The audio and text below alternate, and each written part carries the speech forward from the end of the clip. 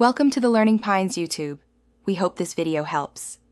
In this video, I will explain how to make Crab King in Infinite Craft. First, let's get started by combining water and fire to create steam. Once you have steam, mix it with earth to form mud. Then, take that mud and combine it with fire to produce brick. These initial steps lay the foundation for our ultimate creation. Now, let's focus on getting our aquatic elements. Start by combining two waters to form a lake. Then, combine two lakes together to create a vast ocean. With your ocean ready, mix it with the mud you made earlier.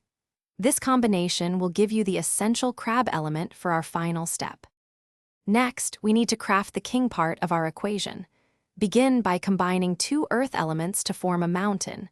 Take two mountains and combine them to create a mountain range.